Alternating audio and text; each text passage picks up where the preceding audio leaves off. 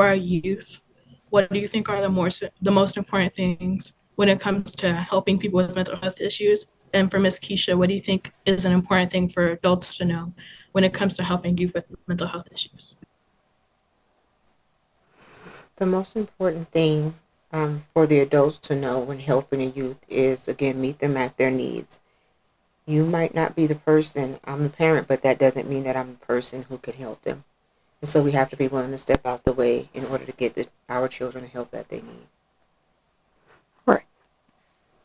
Um, so like we said earlier, I think that we should just start by giving them an outlet or a resource, a place to go to just talk about their problems, a place to, just talk about things important to them. I think that's the most important step to me, I think. The most important step to you for a youth that you feel like is for a youth to have an outlet.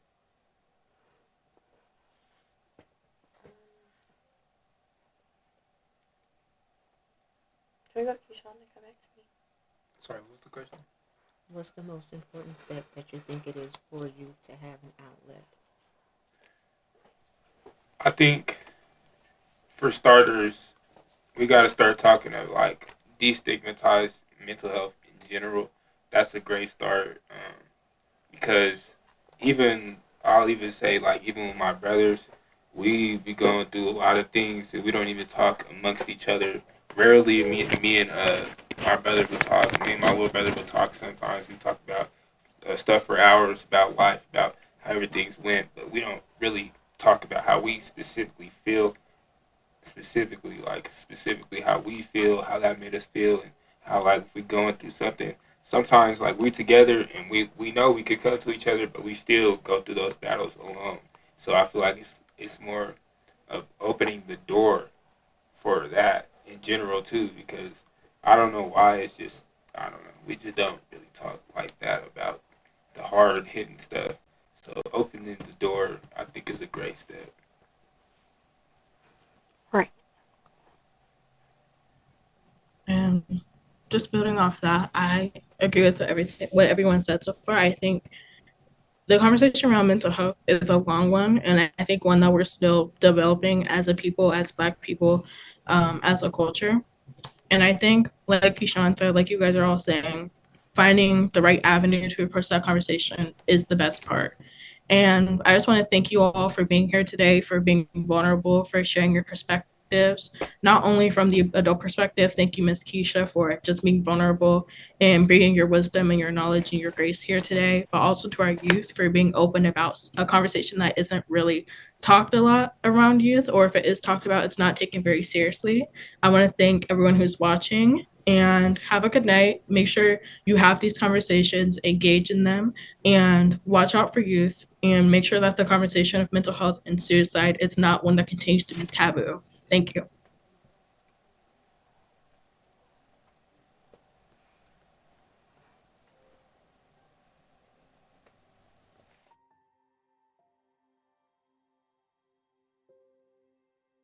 There's a common myth out there that Black youth don't experience mental health struggles.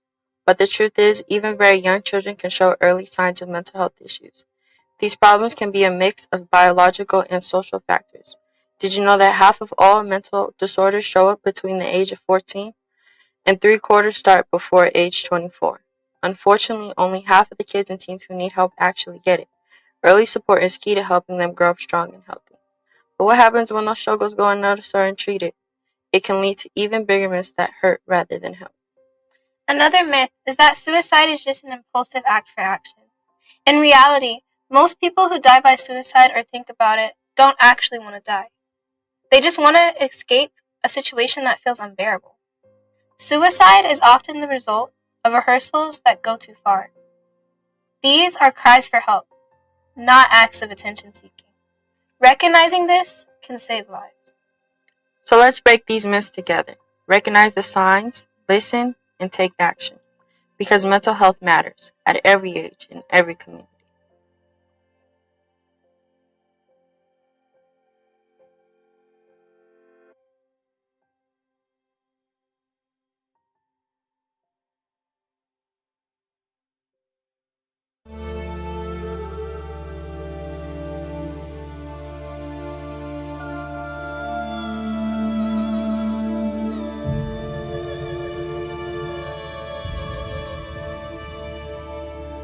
There's a common myth out there that Black youth don't experience mental health struggles. But the truth is, even very young children can show early signs of mental health issues. These problems can be a mix of biological and social factors. Did you know that half of all mental disorders show up between the age of 14 and 3/4 start before age 24? Unfortunately, only half of the kids and teens who need help actually get it. Early support is key to helping them grow up strong and healthy.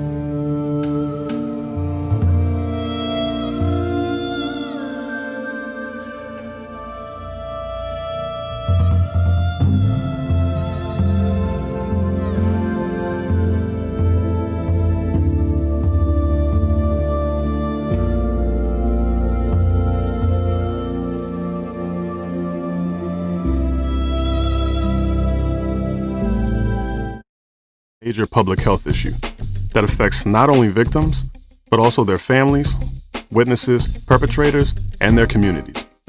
However, youth violence is preventable, and innovative programs across the U.S. are lighting the way.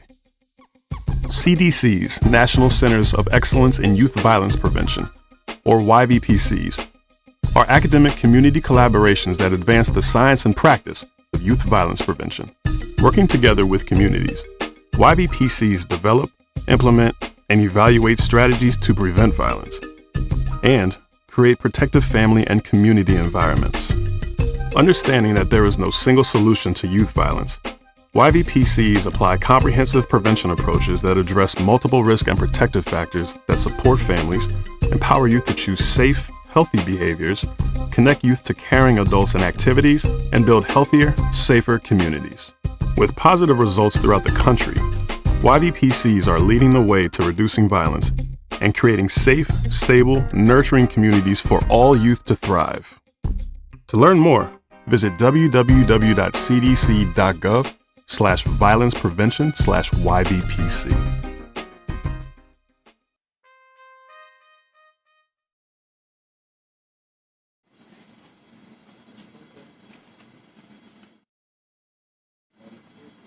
What are the questions?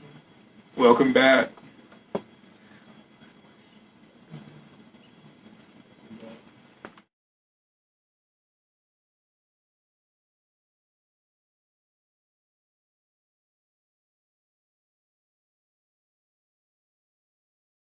Questions from the viewers of YouTube.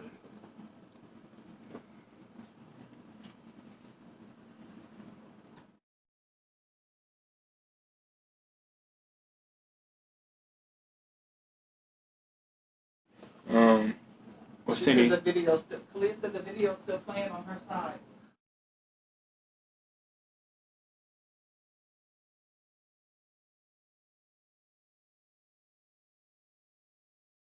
Some more questions in the chat we want to address real quick. Can you guys hear me?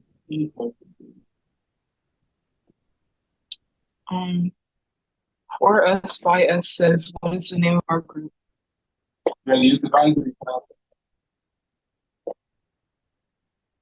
Next question.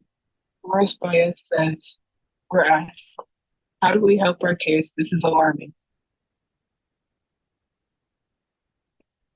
by all of the different things that we said, giving them a safe space to talk, um, be willing to let them share how they feel, acknowledging how they feel, recognizing that we need to meet them where they are. Every person is different.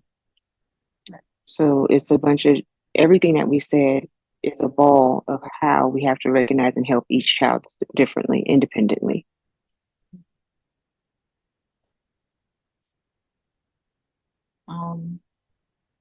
Another question by Forrest Bias. They ask, what cope outlets do y'all have in? We're trying to work on the So a rage room would be a place where children can come, have an outlet for those who are physical, but the extension of that is having it more than just being something physical. It should, the design and vision is to have counselors there, mentors there, because somebody might not be have a license to be a counselor, but are a great mentor, and they can still serve that purpose to help our children where they are. And while you might connect and be able to bond and talk to me, somebody else might be able to connect and talk to somebody else. So Miss Keisha's house would be a place where all of that is a safe place and one spot where all children can come.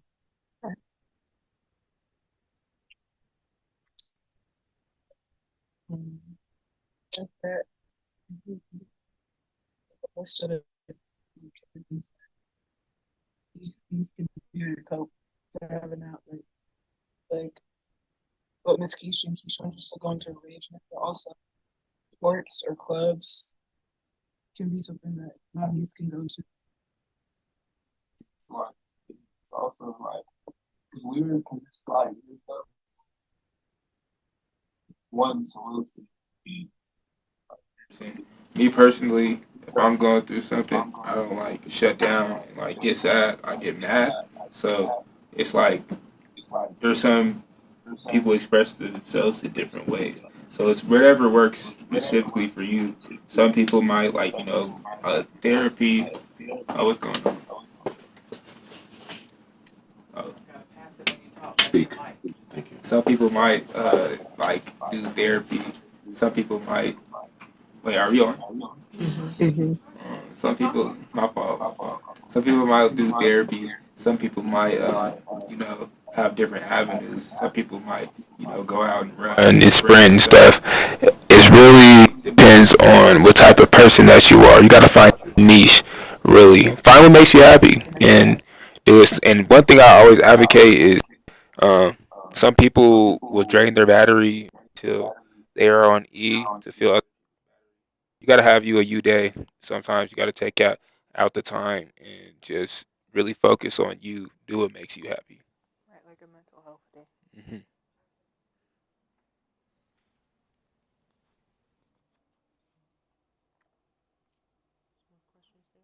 I think that's all the questions for the YouTube stream. Oh, I already have one.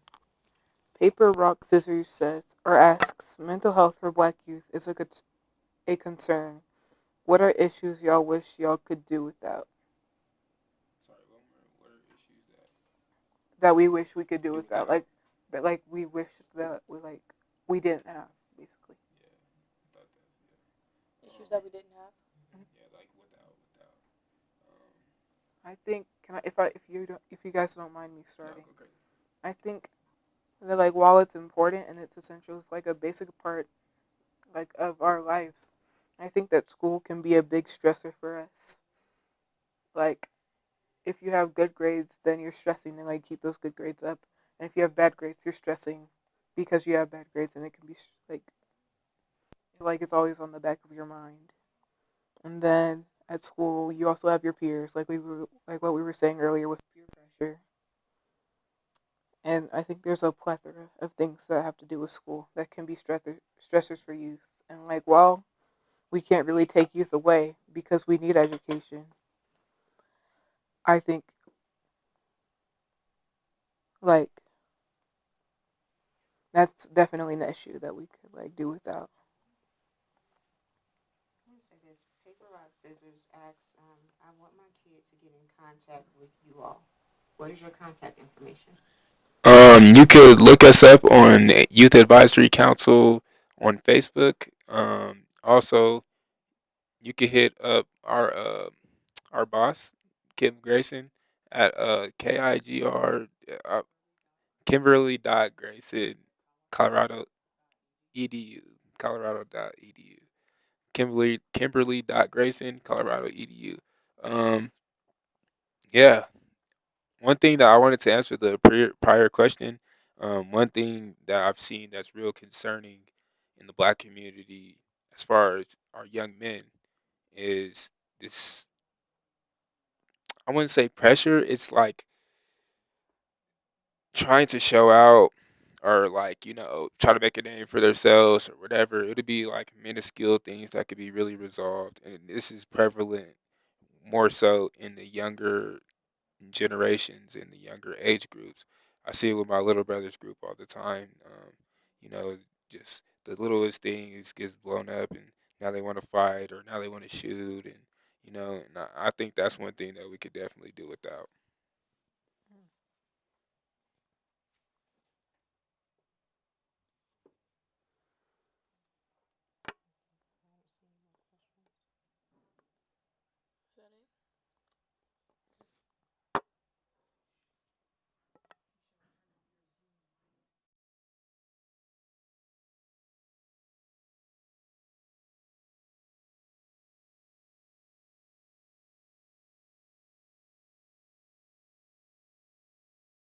But something that Paper Rock Scissors mentioned in the chat was that these are conversations that we need to have, and I definitely agree with that. I need to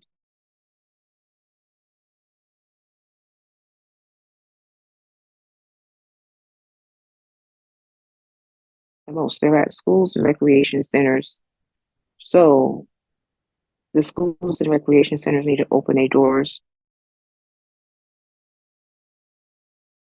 They need to be more normalized. They need to happen more often.